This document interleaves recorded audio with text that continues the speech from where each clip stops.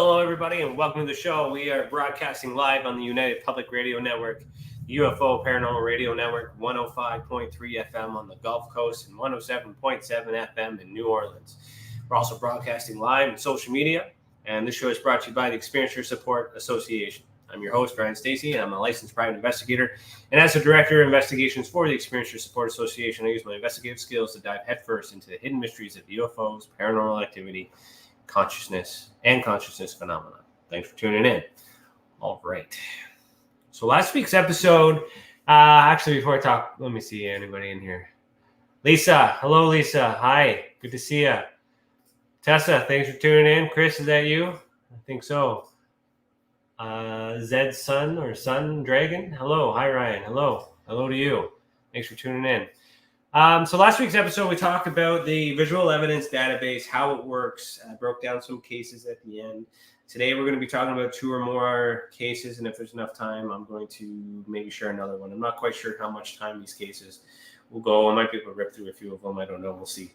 It was hard to label the episodes weekly because with the cases that we're going to get into. So we might do more, might do less. I don't know. Other than that, I think that's it. But before we get into that, I'm going to start with the updates from Tessa. So let's go.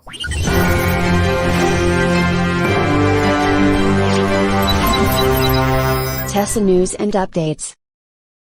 All right. So before we get into those cases, just want to let you know that we have a couple new articles on the page that were published today. If you guys didn't see the article from the last hominid from our cryptozoologist, Alex Mistretta, that is also on the site here as well. But today we published part 5 of MUFON Under Siege, an end to an ongoing cybersecurity battle. So the CMS is up, but there's been some revelations on to how that went down. And this article here, which I'll show you, will explain in detail the emails that I received and the breakdown of what actually happened during the cybersecurity breach. No one is talking about it, but I believe everybody needs to know, because if you do report to MUFON, your information has possibly been compromised. So that's important for you to know. But that's the end of that series because MUFON its database is open, so hopefully there's no reports of missing information or stolen information. If that is the case, please make a report, let us know, and we'll look into it for you. Another post that Tessa made today, so that article I wrote myself on the MUFON one, but the one from Tessa is welcoming Susan Dinsmore to the Experiencer Support Association. She is a psychotherapist, and she's going to assist with our Experiencers Anonymous program. So if you guys aren't familiar with what that is, you can check out that article as well on the website, experiencersupport.org. For you guys listening on the radio, if you check that out right now, you'll be able to see those as well. And I think what I'll do is I'll share them in the comments for everybody that's watching live. If you want to bookmark it, and then we'll go from there. Okay. So those are the updates that I have from Tessa today. I am currently working on updating the database to get more points of interest in there. And then I'm going to be tabling the data sets for my 2022 and 2023 surveys. So I'm just going to put the MUFON article in the comments. There it is there. So let me just remove this here. These books that I have here behind me, these are my books. The Canadian Current Event Survey got reporting year 2020 and 2021. So I'm going to be working on 2022 and 2023, but I'm going to change the name. I want to rebrand it so it's more easier to find and whatnot too. So those are declassified documents that I received from the government. And I tell you, what I think they are and what I think they aren't. And we go from there. All right. So let's get into cases. So today's episode, let me see here. Forget what we named this episode. I got to check that out. Let me go here. But anyways, we're just going to go into the database here. So on the website, if you go to experiencesupport.org, go into visual evidence database under the investigations tab. You will find the map that shows all the cases that we've uploaded so far. We are focusing on aerial activity today, I believe. Yes. So.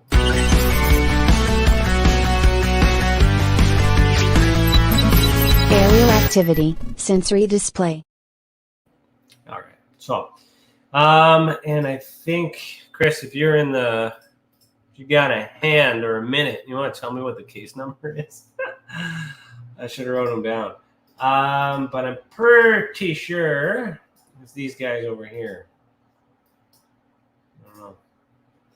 Area number 6 and number 11 for sure. And if there's time, well, I guess we'll talk about the rest over here. Pretty sure. Thank you, Chris. I see you in the comments. Perfect. Thank you so much. Zun Dragon says, you were on Lori Lee's show. It's how I learned free show. Awesome. Well, thanks for tuning in. Okay, so we're going to talk about this case here. So with the database, if you're new to it, you click on it, it'll give you a little tease, a little picture, make sure it is the one that you're looking for. You can toggle all those things up there. Check out last week's episode to learn more about how it works. But this, like Google Maps and everything else, you can kind of zoom in and get a good idea of what everything's going on. If you need to turn on your labels, you can. There it is there. Satellite labels, right? Get a good idea of what we're looking at. Customize here. But this is the case that we're going to look at right now. And I'll open that in a new window. So for those of you that are listening to this on radio, head over to the website to see the visual that goes with this. Right now I have it on screen. There's concentric circles. So this is a recreation of what was explained by the witness, okay, the experiencer. I'll just leave that there for a minute for you guys to look at it. For those listening, you're looking at concentric circles, some of which have their line broken, and the background is blue. So these are white concentric circles, okay? This is called UPR2020-0006. It's categorized as a sensory display, aerial activity, and a machine, all right? For those of you who don't know what the ultraspectrum classification system is, you can find that on the website. That's the system I use when I created. This took place in Dominion, Nova Scotia, Canada on June 12th, 1975. There is a little video for Tessa's Most Wanted. I am going to play that. I will speak during this video. I'm not quite sure if you guys can hear me. So Chris, since you're there, let me be a pal and let me know if you hear me talk over this video for radio. If you can't hear me and radio, just listen to the music and chill for a minute, and we'll be right back.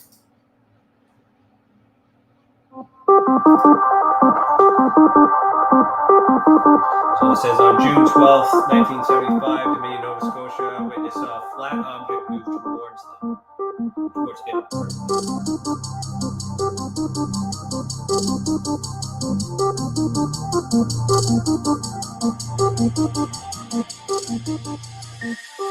The object went over top, and it looked like it was drawn perfectly with chalk.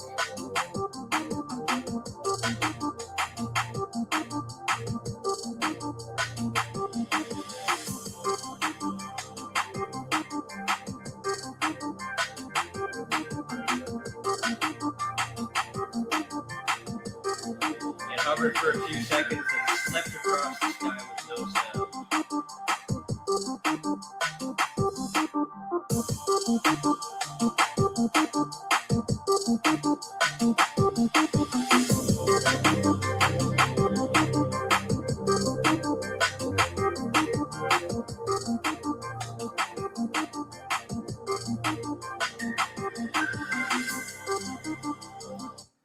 All right, so I'll just stop the video there. You heard me over the mic? Perfect. The music? Perfect. All right, then I'll keep doing that. The rest of the video does explain the classification system for those who want to continue. You're not missing anything. You'll see a website that says tessacan.org. That was our original website, but that'll bring you back to experiencer support. So don't worry about that. So down here is the information that was extracted from the report that is part of my research when I do the data graphs at the end of the year. Okay, so let's break this down. But first, I'm going to give you the actual witness statement. So this was given to us May 31st, 2020, but the event occurred June 12th, 1975.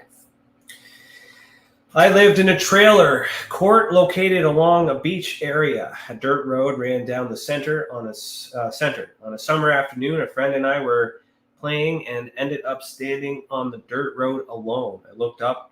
I have that verbatim, so that way I don't correct it. I looked up and saw a series of concentric rings that looked like they were drawn perfectly with white chalk. It hovers among the clouds for a little while and then went in and out of them. It looked like flat drawn lines. I thought it looked like one of our stovetop burners. I didn't know what a UFO was then. Then it left. My friend came running up saying he hadn't been able to find me for 15 minutes, even though I thought I never moved from the road. He said he had checked the road and I wasn't there. All right. So this was put in as aerial activity because this is what we're focusing on that. As for the missing time, that's a different case because it needs to be measured separately. So you may see that. We will talk about that, but you're not going to know that that's linked to this unless I tell you. And there's a way to figure that out without while protecting the identity of the experiencers.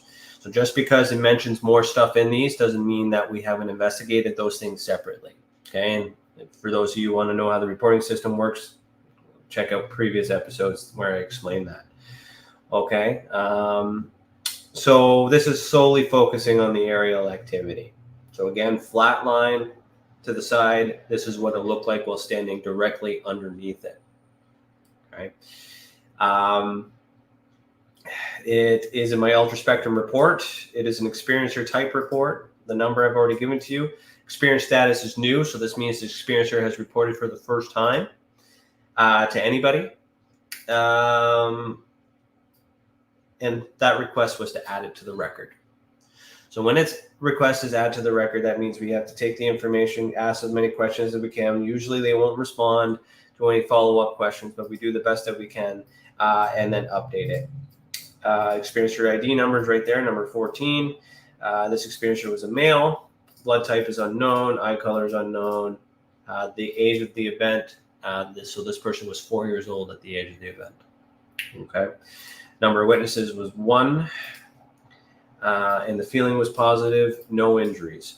So going back to this one witness thing too, and having this missing time, I don't exactly know the details of the friend not being able to see him, but that gives you some context when you understand how old the person was. 4 years old. Well, maybe the friend was 4 or 5, and you know how kids are.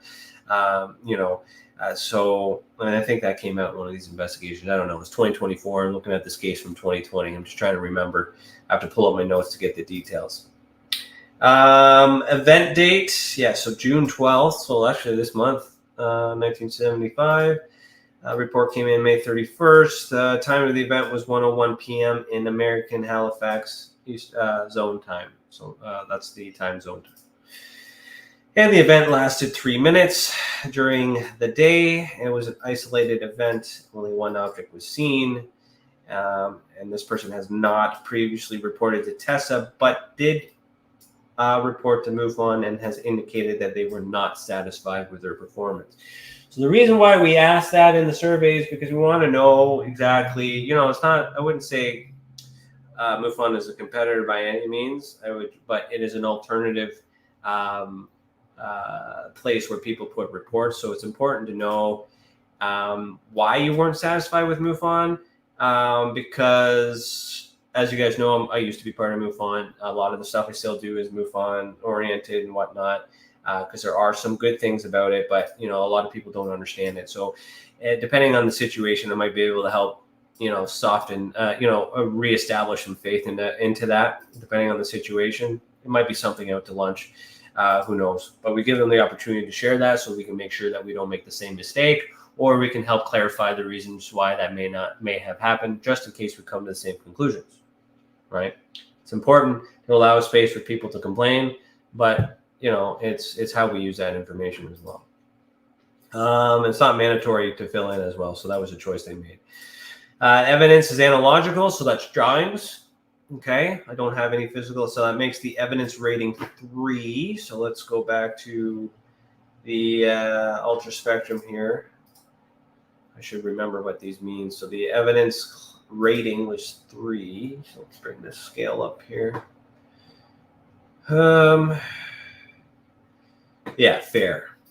So level 3 is fair, which indicates a drawing only. Then we classified this as a sensory display. Okay, so one of the 6 senses were used to have this experience.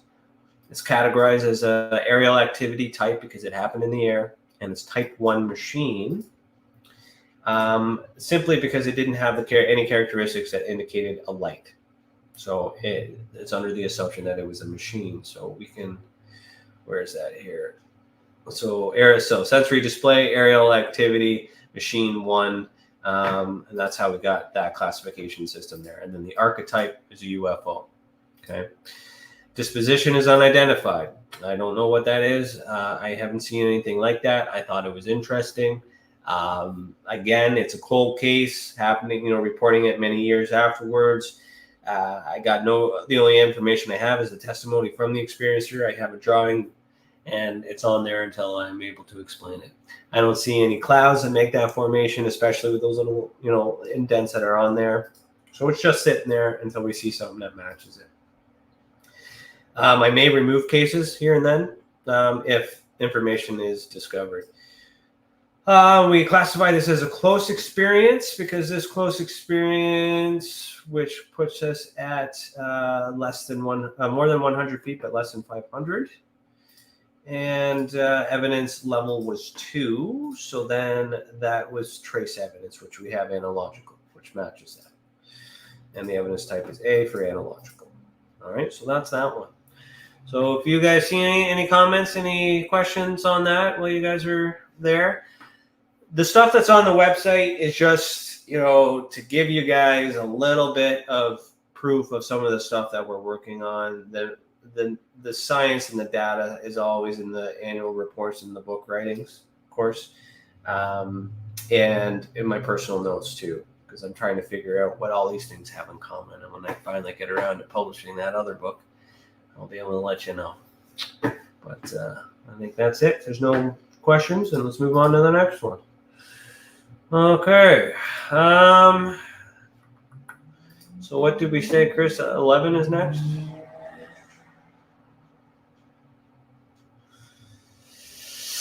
Yep, 11 is next. So we'll zoom out a little bit here. Let's see if I can find her.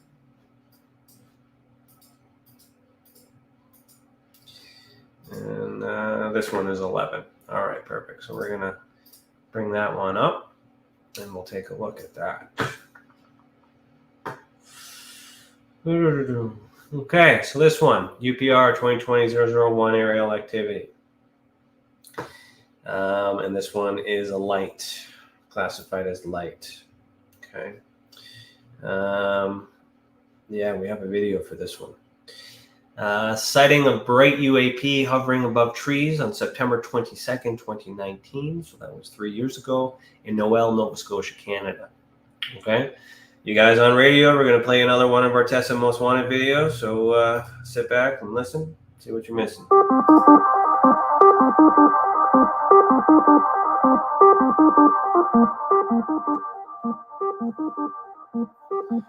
September 22nd, 2019, in Noel, Nova Scotia, a witness was scanning the skies with an infrared camera, supposedly looking for anomalies.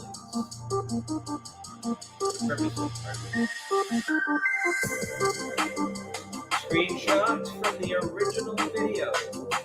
When all of a sudden, this object appeared. It hovered in place as its light faded in and out.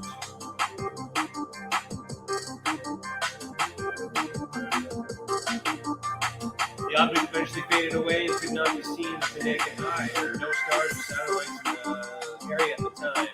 Or that went too fast. Right? So, have any of you guys seen that? Seen anything like that? Let me know. Witness statement, February 8th, 2020. At my cabin, 1 mile in the woods, no utilities, extremely isolated and dark. Sat in front of the camp, others in bed, lights out. The nearest barn light is 5 miles away. Could not see the arm stretched out. Scanned sky, 5 to 10 minutes looking at stars. Notice an object panning back to the start. Recorded 3 times. Infrared, IR2, max light setting 2. Videos. Then faded out at IR2. Minute light setting. Went back to the max light, but could not find it. Was not visible by eye, only infrared. So I like to do statement analysis on the witness statement on its own without looking into things to try and understand the person and the situation. So obviously this person has done this before. It's common. It seems to be something they do all the time. And they obviously are an engineer in terms of photography to understand and put all that information in there, right? So if you don't know what he's talking about, then you got to do some research and learn from that. Ray, I see a comment from you. Would you say people not using flight radar apps to see if these are just aircraft is a bit odd? I mean, this morning I saw a light zipping across the sky, checked the location of ISS, and turns out it was that. So flight radar, it is available. People can use it, but not everybody knows about it. Not everybody thinks to do that. Unfortunate thing with flight radar is unless you pay for the pro or gold version, I think it's gold, you don't have historical data, so we can't go that far back. So a case like this with historical data would exist if I got it in real time. But the case we did earlier, 1975 that was, there's no historical data available because flight radar didn't exist back then. So it's really, it's kind of hit or miss depending on what's going on.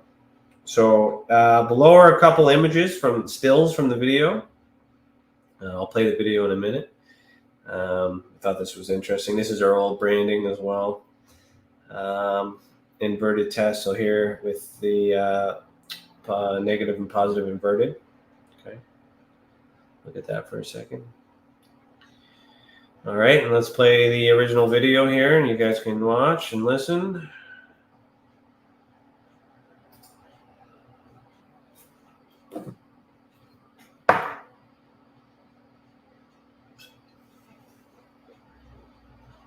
So you guys in radio, we're looking at an object above the tree line. You can see the tree line in infrared. And some insects or some debris flying by, but this object's clearly hovering. Could be close to the lens, but it might not be. It's hard to tell because we don't have a reference in the background. But it's clearly some sort of light. And I would have double checked to see if anything was in the background during the day. Nothing was there. There's no lamppost. There's nothing that would indicate any of that stuff. So using the tree is a good reference because we can tell whether or not the camera is moving or the object is moving. For the most part, the object is just kind of staying there. The movement is coming from the person with their camera. And so that's your video there. All right, let's look at the stats and see how much time we got left here. So there's an ultra-spectrum report, an experiential report. This person's already in the survey. His ID is EID 016. His request was to investigate and report. So there's a report on that, which I think I'll include in my UPR book when I write it.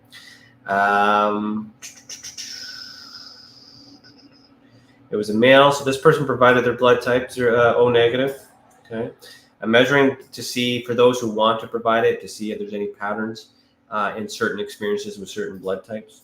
Eye color wasn't provided.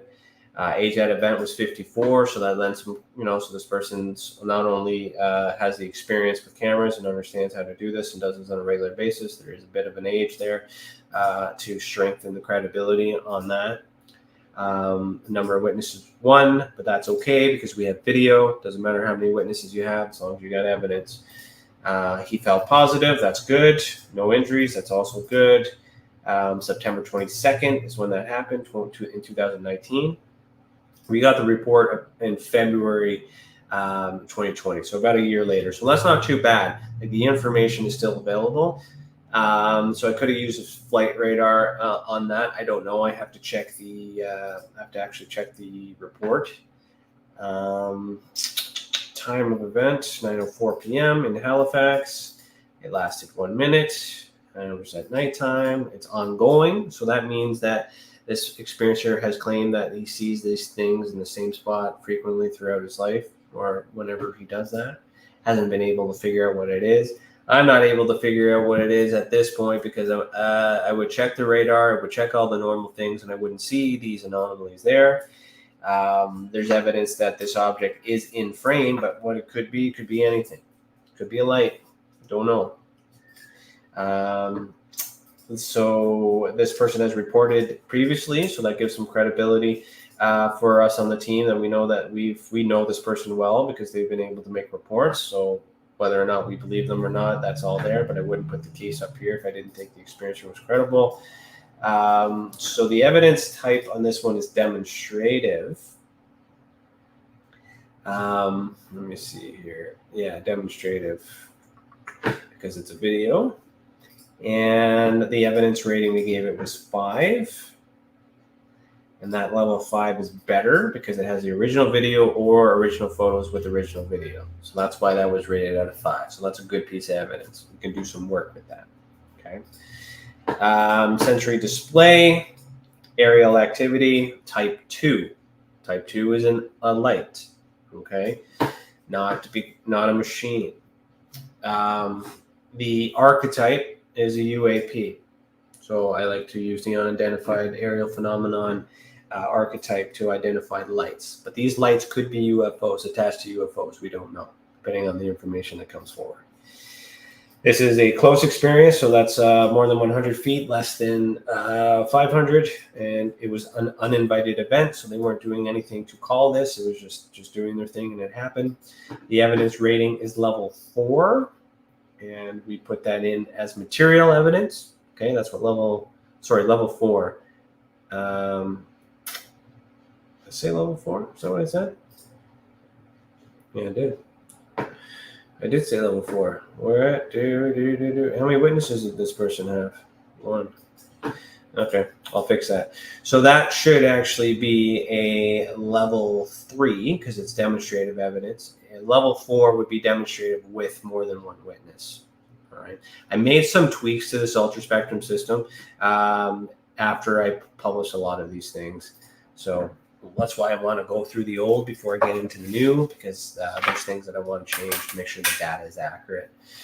Okay, so so then if we continue, evidence type is A. Yeah, so that's it. So if you guys have an explanation for that, let me know.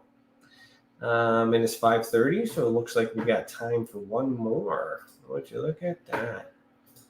Bonus round. Maybe we'll get this one down here too. So this one is a beings observed. So that requires a new little jingle here.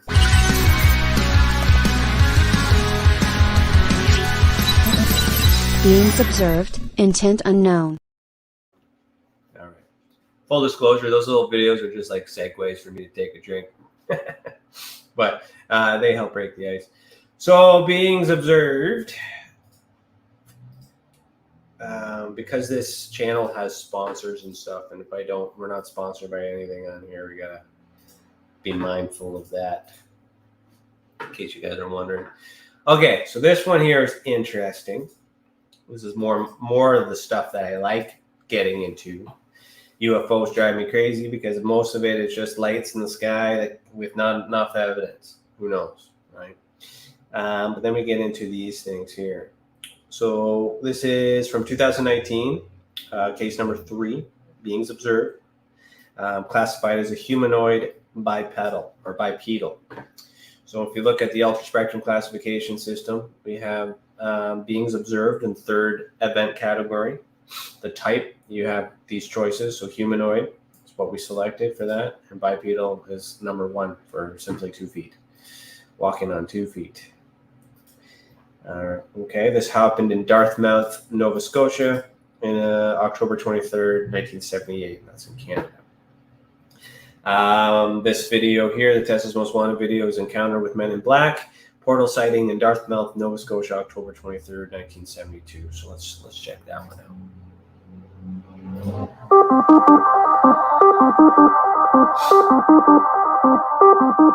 On October 23rd, 1972, in Dartmouth, Nova Scotia, the experiencer was woken by his closet door opening in the middle of the night.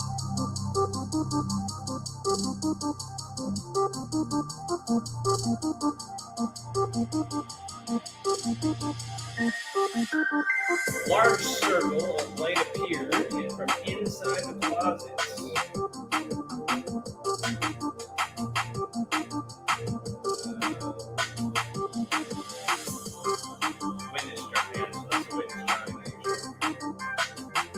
That's the original witness drawing recreated.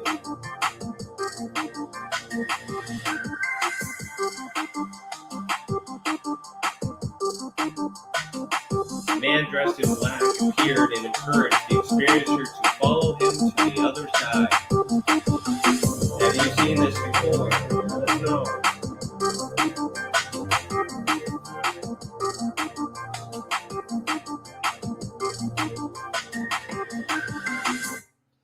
All right. Have you guys seen that before? Let me know in the comments. I know you have, Lisa. I know you have. All right. So the before I read the witness statement, we'll just here's a lot more evidence here that we can look at, and yeah, we should have time for that. So this one's a big one. So the witness statement from January 28, 2019. As a child, I was sleeping in my room across from my closet. My parents would close the door to my room while I used my room door to block my closet. The closet door opened and there was a portal-type hole. A man in a dark suit appeared to walk out. He told me to come with him for a few minutes. I felt I had no choice, nor did I scream or resist for some reason. I was taken to a base where I heard someone say data mark and a number. I later found out I was that number. I ended up spending 23 years, 4 months in space after my training on various bases. Honestly, I don't think I ever saw the actual sun until we all left the planet Earth. Defense Forces Alaska Base. I went to the moon, then to Mars. I have an impression of Jupiter Station and seeing the platform in the rings of Saturn. I was told as a child I was a precog, and that was why I was picked up. I spent some time out in Galaxy Cygnus 5 for a while. I returned to my home at almost the exact time and date when they took me after I did my 20 and home. Some people did not come home for various reasons. I learned how to drive off-world vehicles on the moon. I have had dreams of places in combat that makes little sense to me. So before we get into that, again, I'll emphasize that a lot of stuff is going on. We would get the experiencer to make different reports on the different things that have happened, especially the precog. We want to measure that separate. This particular case is referring to the being that was observed, because there's a visual there that I can use as a reference, because we want to know what they look like to see if other people have seen similar things. So to fact check something like this is challenging, because the secret space program is a thing that people say exists and there's evidence supporting the idea. But then we got to get into what space is. For those of you on the flat Earth spectrum, space does not exist. And therefore, the moon can't be landed on. So you really got to it's really a tricky thing to say did happen or didn't happen. But the thing is with the experiencer is that there's enough information going on to at least determine that this person believes that this event has happened. And then there's nothing you can say to really explain that away. It could be a dream. It could be a memory, a false memory. It could be hypnosis.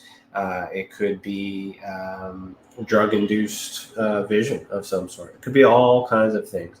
But the thing is that the mind, this is where we get into the psychogenics, where the mind can see these things. So we really don't know if it's a dream state or a fourth or fifth dimensional experience. And that's why I created the ultra spectrum classification system, to separate that and bring it all together, to give a little bit of credibility and the possibility that this person may have seen something that was real in a different space and time.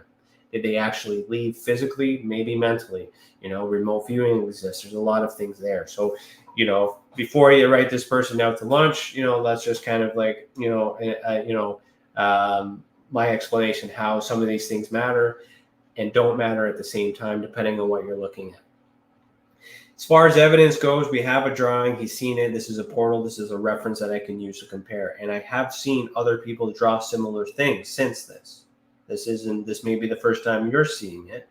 But I've seen this before by other people as well. For you on radio, you're missing the original drawing here. There's a second drawing here with more information. For those of you on radio, there's a tunnel, person bent over with another person aiming a gun in the opposite direction. And I'll just read the text. It says, honestly, this seems particularly hard for some reason.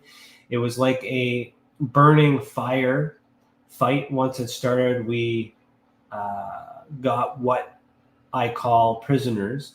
I want to say human from form of enemy.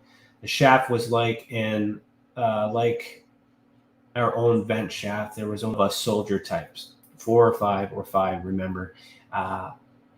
Sorry, I'm having a hard time reading the writing. I went down, my leg gone, then I woke up. The enemy was closing on us, and it would overwhelm us. They had to survive before all things. To stop the wave and bullets seemed useless. I dropped an explosive, got fast, and went down. So this is one of the events that have taken place during the quote-unquote secret space mission that he had done. This was interesting because he had visualized this explosive. I know he mentioned, I remember him saying that he lost a limb and he felt it. It was so real, but he knew it was a memory. So we were trying to figure out whether or not it was like a past life or if it was a dream. Or some hypnosis state. So that this requires, this one's a little bit more complex. There are other cases in the system that elaborate more on that. This here is an emblem that he saw, like a badge. So having visuals is good. Drawings is good. I mean, I prefer drawings sometimes over pictures because it's really hard to capture a picture, but what I'm looking for is patterns, right? If anybody else in the secret space station spectrum or believes they're part of that has encountered a similar thing, then I need to have a report from you so we can compare that. Okay. So this is a shoulder or corporation badge patch, spiral galaxy. The whole thing too was rigorous shades of black, purple. The galaxy was white. The pupils and eyes kind of gold. Fleck bronze color. It was to signify the precog saw, knew everything, man, and think we looked a lot cooler than this. The eye was similar to an Egyptian Ra type lining. The galaxy was in the front with the eyes behind and maybe even a little up. It was like they shone through. All right. So without just looking at this to try to give credibility, there's enough time and effort that was put in by this experiencer to think, maybe they're making it up, maybe they're getting attention, but they know that they're not being identified, they're not getting famous off of it, You don't know who they are. I know who they are. We're doing a video about it. They're aware of that. So there's really no reason for them to fabricate a story, because we're not writing books about it. We're not producing movies. We're not doing any of that other stuff. So I appreciate that when people do that, that maybe they are getting attention. Maybe they just want someone to talk to. But these things become interesting when other people draw the similar things. And one day I might get a picture that looks like something that we have, and then we just can compare that. Okay. This particular person, we also went through regression and audio analysis for the mind stuff, the psychogenics. So this is a transcript of the 25-minute regression session. So I'm going to read that out for those that are listening, because the radio can't see it. I got timestamps, so I'll just make a mark here. Witness is asked to think of a happy time at the age of 30. His response to what he sees is a universe.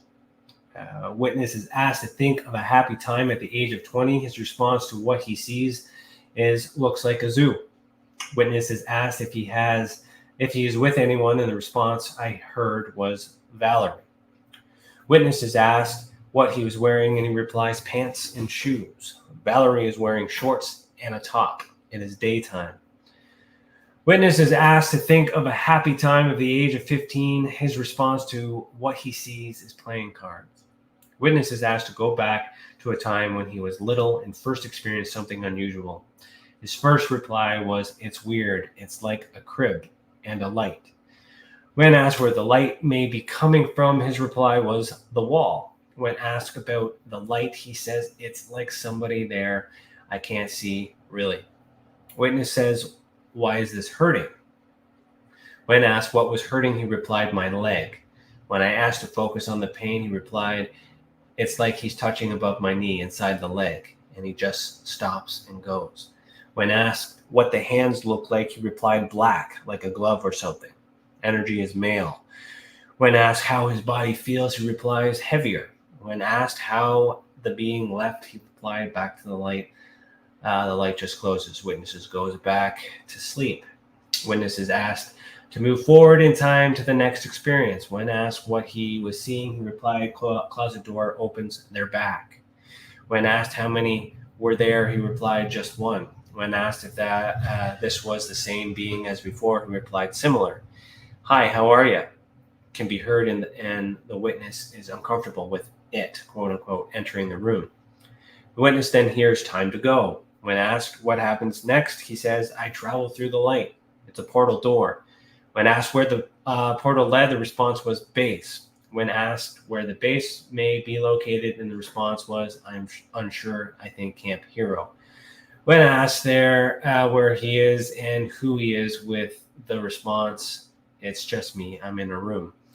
I hear like a mark, time mark. I'm taken out the door, down a corridor by somebody. When asked what kind of being this somebody was, the response was a girl, a woman, I think. When asked if the woman was a human, the response was yes, she's taking me to a room with beds. I'm told this is going to be my new home for a while. This is not making me happy.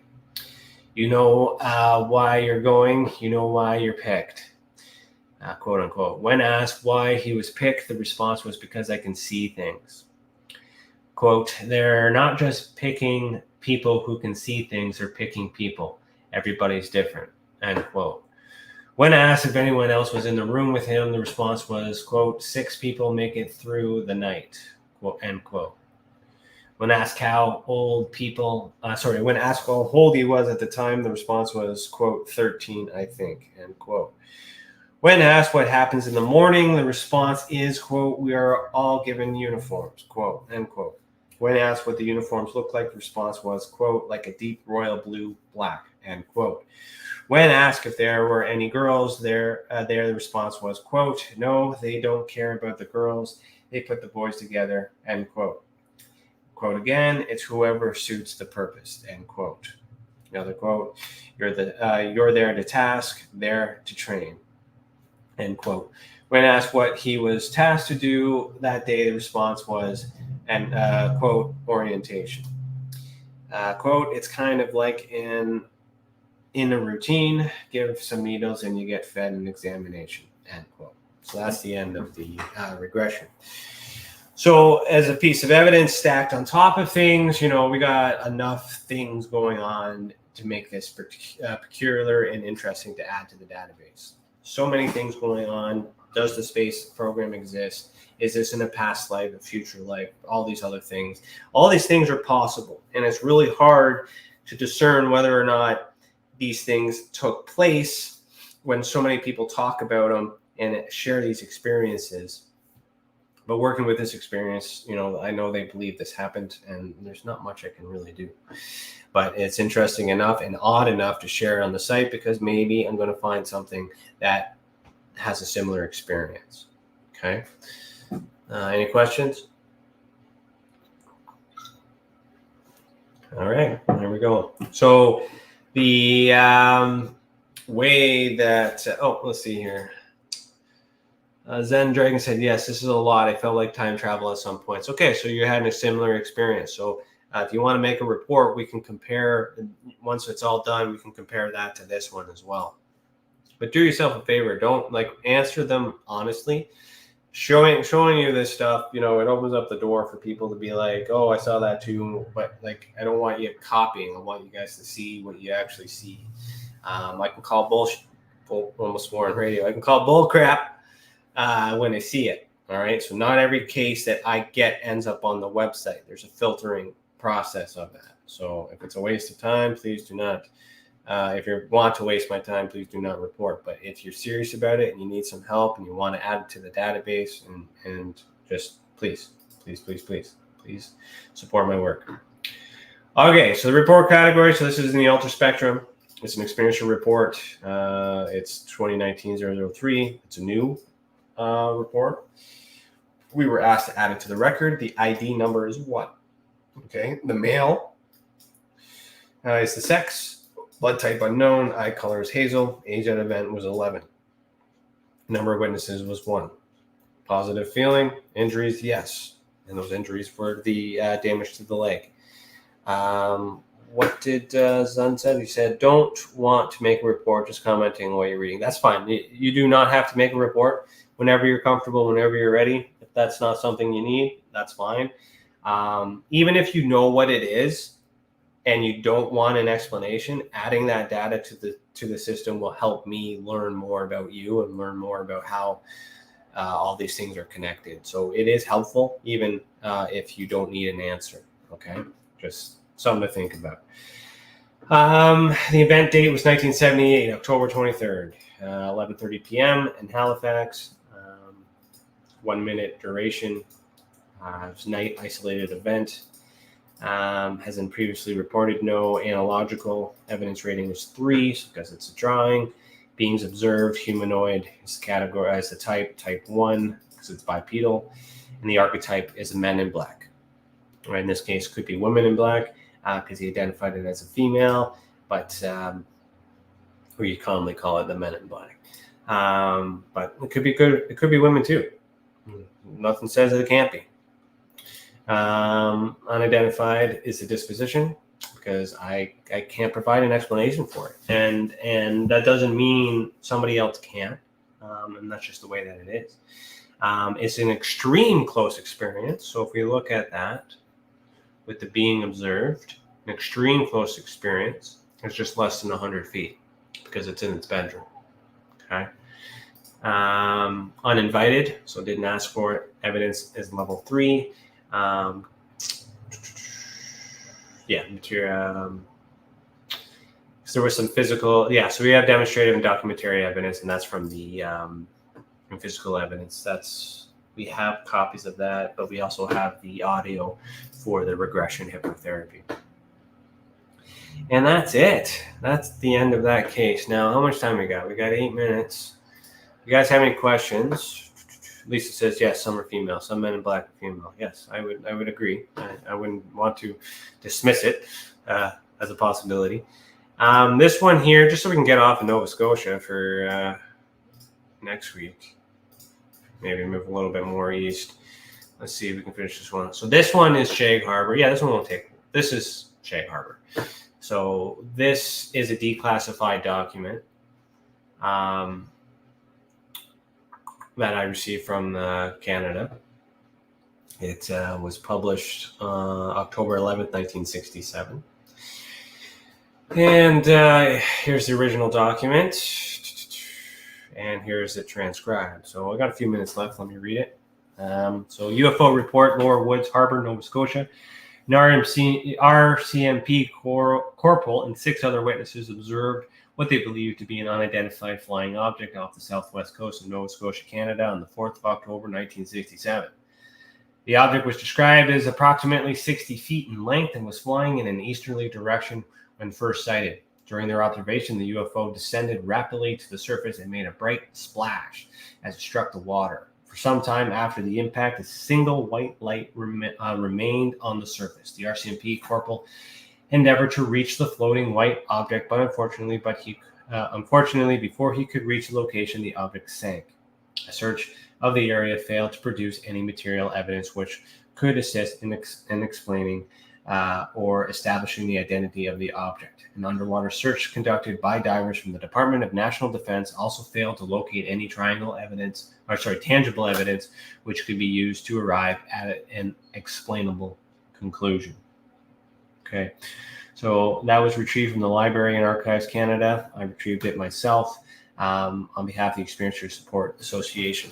Organizations that were mentioned in that was the Department of National Defense, Royal Canadian Mounted Police, Places Canada, Nova Scotia, Shag Harbor, and the objects mentioned as aerial activity and unidentified flying objects. So the declassified documents, they look a little different because of the matrix in which we put those in for declassified documents. So if you go to the documented event timeline, that's a weird ad. Okay, so 1967 is the year we're looking for. Let me see here. I'm going to go down to 1967 on the timeline. So 1967, let's see here. So there's that document there from Shag Harbor. So when you click on it, it's going to bring that document up. So that's what I was trying to explain, is that when we measure in proximity, it's good to see that how all these things may be in common, but there's different times, right? So this one was 2019. This one was 1978. This one here was 75. So those ones are close in years, but you're seeing it close in proximity. You know, and a lot of people look at these maps and think, oh my God, a lot of these things happen in this area. Yes, but over time. So we need to understand what's happening over time as well. So then you can come over to the timeline and look, 1967, what else was going on? Well, the month before, there was this aerial activity in the UK, and we talked about that last episode in real time. So it's a good thing I'm remembering these things from previous episodes. Sorry, not sponsored. So we covered this case last week. So for those of you guys who remember these visuals. So now we start to see a little same data, but in a different way. Okay, there's patterns. Okay, a lot of these cases on their own may not have enough information. It's not the smoking gun, but if you take every case at face value and you extract what you can that's important, you'll be able to establish a pattern. Okay, every case is done this way, which is why I'm behind, because I take my time with everything, and I'm not going to solve the world's problems. I just want to help every experiencer one person at a time. But I can't do this if you don't report. Okay. So then within the same month, we got radiation hazards at Falcon Beach. So you guys remember that event? So Falcon Beach happened in Manitoba. And then a month later, we have something going on in Shag Harbor. A lot of people talk about those events separately because, let's do the Shag Harbor event in Nova Scotia and let's celebrate the Falcon Lake one. But did you realize that they were only a month apart? Probably not, right? So when we get over to Manitoba, we'll see that. So within that same year of 67, like we got lots of stuff going on in 67 by the looks of it. How much time? I got a few minutes here. Lots of stuff going on in 67. So then you can kind of put some pieces together, and maybe that has something to do with it. If we look at the experiencer case as well, so let's say the being observed, which was 1978. So let's go to 1978. Click that on the side here. So right now we only have, that's the only thing that happened in 1978, a few years before that. So as we have more data, this will start to film out and you start to see the patterns. Okay. And I think that's as far as I'm going to go today. And then next week, Chris and I will talk about what cases are next. We'll probably just continue our path towards the west from the east. Let me see here. We did cover all of Nova Scotia. There's nothing in New Brunswick, and that's because no one has reported anything that I haven't been able to solve. If I solve it, it doesn't go on here. There's no point. So probably moving into Ontario next, and we can start here in this big plot around Ottawa. And take those labels off. This is where I like to switch this stuff around a little bit. But it can get a little messy if I were to take some of these things off, but we'll figure that out. All right, kids. It's time to go. Let me see here. Tomorrow night is Beyond the Tinfoil Hat with Danny Whitson. Okay, he starts at 6 p.m. Eastern Time. And if I have a Patreon, if you guys want to join me, it's patreon.com/eattheworld. And you can support the show. You can support all the things, all the research and whatnot. There's a private chat and all those things there for you. And let me see any comments. Great show and informative. Love the maps and timelines. Thank you, sir. Appreciate that. Hopefully we'll see you next week. Hi, Lisa. Bye, Chris. Bye, Ray. And one more thing before you go, make a report to Tessa if you need it. And thank you all for tuning in for this episode of The Skeptical Sleuth. We're broadcasting live on the United Public Radio Network, UFO Paranormal Radio Network, 105.3 FM on the Gulf Coast and 107.7 FM in New Orleans. We're also broadcasting live on social media. And the show is brought to you by the Experiential Support Association. Remember, one lie is enough to question all truths. Thanks for watching. Keep your eyes in the sky. And as always, eat the world. See you next week. If you want to really, really find out about Ryan, ask him about all his work and UFOs in Ontario. Ryan is one of Canada's leading new UFO investigators. He conducts and oversees UFO investigations on a constant basis. He's compiled a tremendous amount of data regarding UFOs in Canada. I have used his research extensively.